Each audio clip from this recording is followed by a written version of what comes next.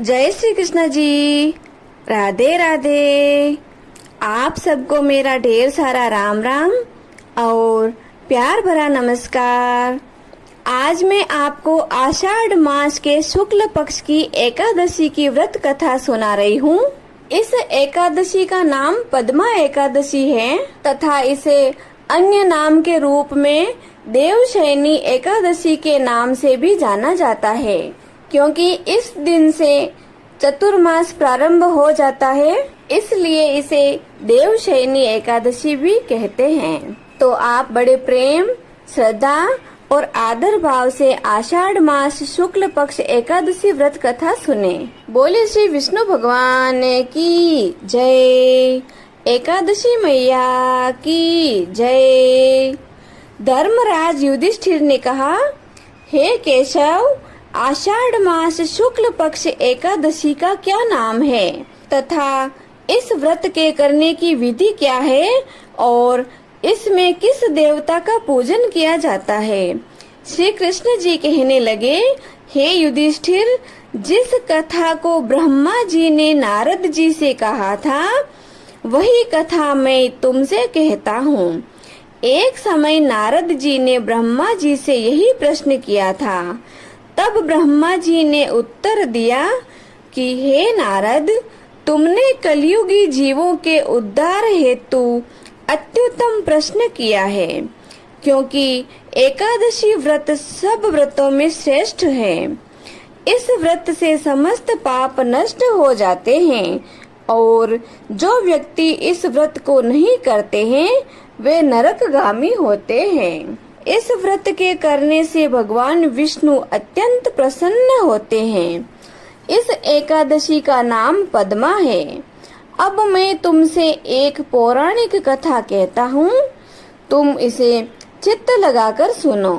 सूर्य वंश में मंदाता नाम का एक चक्रवर्ती राजा हुआ, जो सत्यवादी और महान प्रतापी था।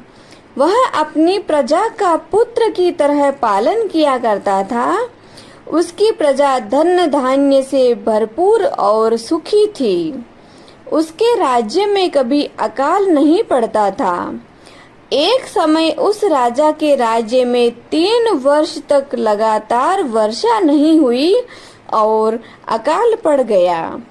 प्रजा अन्न की कमी के कारण अत्यंत दुखी हो गई। अन्न के न होने से राज्य के यज्ञ आदि भी बंद हो गए। एक दिन प्रजा राजा के पास आकर कहने लगी कि हे राजन, सारी प्रजा त्राहि त्राहि पुकार रही है, क्योंकि समस्त विश्व में सृष्टि का कारण वर्षा है और वर्षा के अभाव में अकाल पड़ गया है तथा अकाल से प्रजा मर रही है। इसलिए हे राजन, कोई ऐसा उपाय करिए जिससे प्रजा का कष्ट दूर हो जाए। राजा मंदाता कहने लगे, आप लोग ठीक कह रहे हैं। वर्षा से ही अन्न की उत्पत्ति होती है और आप लोग वर्षा न होने से अत्यंत दुखी हो रहे हैं। मैं आप लोगों के कष्टों को समझता हूँ। ऐसा कहकर राजा ने कुछ सेना लेकर वन की तरफ प्रस्थान किया। वह अनेक ऋषियों के आश्रम में भ्रमण करता हुआ अंत में ब्रह्मा के पुत्र अंगिरा ऋषि के आश्रम में पहुंचा। वहां राजा ने घोड़े से उतरकर अंगिरा ऋषि को प्रणाम किया। राजा ने हाथ जोड़कर विनीत भाव से कहा, हे भगवान, सब प्रकार से धर्म पालन करने पर भी मेरे राज्य में अकाल पड़ गया है। इससे प्रजा अत्यंत दुखी है। राजा के पापों के प्रभाव से ही प्रजा को कष्ट मिलता है, ऐसा शास्त्रों ने कहा है। जब मैं धर्मानुसार राज्य करता हूँ तो मेरे राज्य में अकाल क्यों पड़ गया है, इसके कारण का पता मुझको अभी तक नहीं लग सका। अब मैं आपके पास इसी संदेह के निवारण के लिए आया हूँ। कृपा करके मेरे इस संदेह को दूर कीजिए, साथ ही प्रजा के कष्ट को दूर करने का उपाय बतलाइए। इतनी बात सुनकर ऋषि कहने लगे, हे राजन, यह सत्य युग सब युगों से उत्तम है। इसमें धर्म के चारों चरण सम्मिलित है, अर्थात इस युग में धर्म की सबसे उन्नति अधिक है। लोग ब्रह्म की उपासना करते हैं और केवल ब्राह्मणों को ही वेद पढ़ने का अधिकार है। ब्राह्मण ही तपस्या करने का अधिकार रखते हैं। परंतु आपके राज्य में एक शूद्र तपस्या कर रहा है। इसी दोष के कारण आपके राज्य में वर्षा नहीं हो रही है। इसलिए यदि आप प्रजा का भला चाहते हो तो उस शूद्र का वध कर दो। इस पर राजा कहने लगा कि महाराज, मैं उस निरपराध तपस्या करने वाले शूद्र को किस तरह मार सकता हूँ? आप इस दोष से छूटने का कोई उपाय बताइए। तब ऋषि कहने लगे, हे राजन, यदि तुम अन्य उपाय जानना चाहते हो तो सुनो।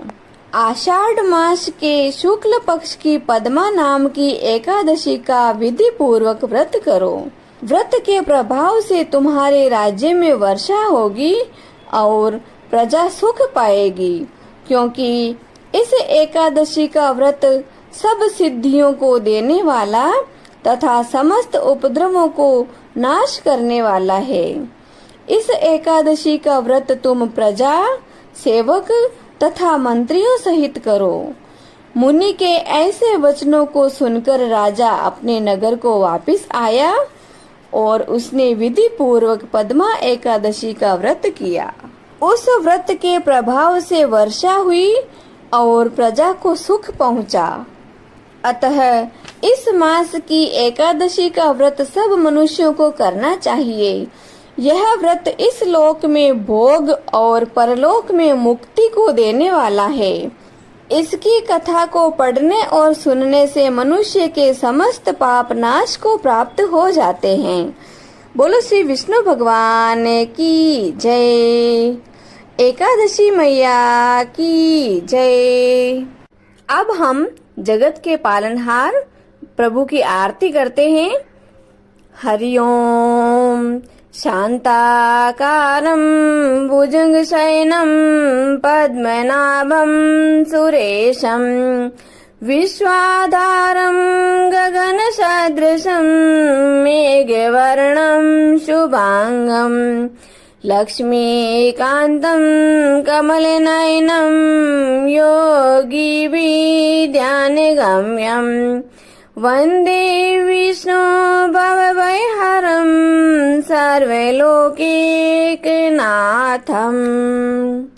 ओम जय जगदीश हरे स्वामी, जय जगदीश हरे।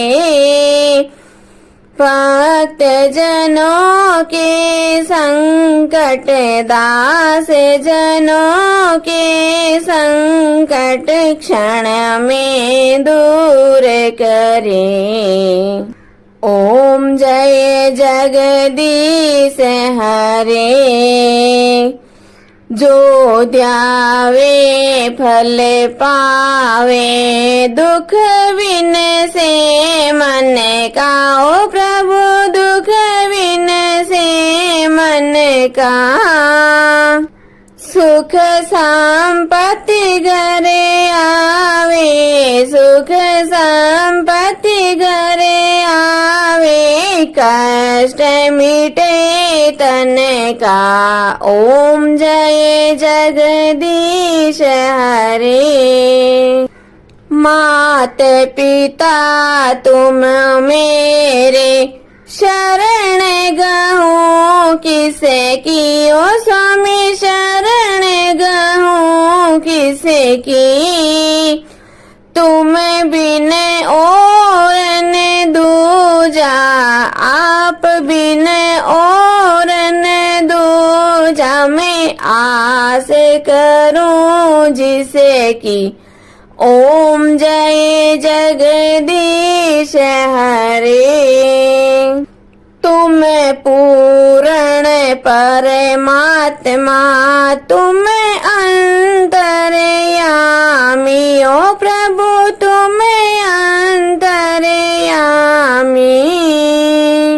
पारे ब्रह्म परमेश्वर, पारे ब्रह्म परमेश्वर, तुम सबके स्वामी। ओम जय जगदीश हरे।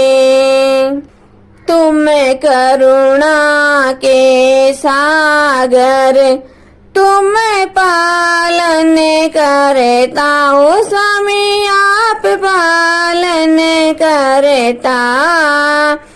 मैं मूर्ख खल कामी, मैं सेवक आप स्वामी, कृपा करो भरता।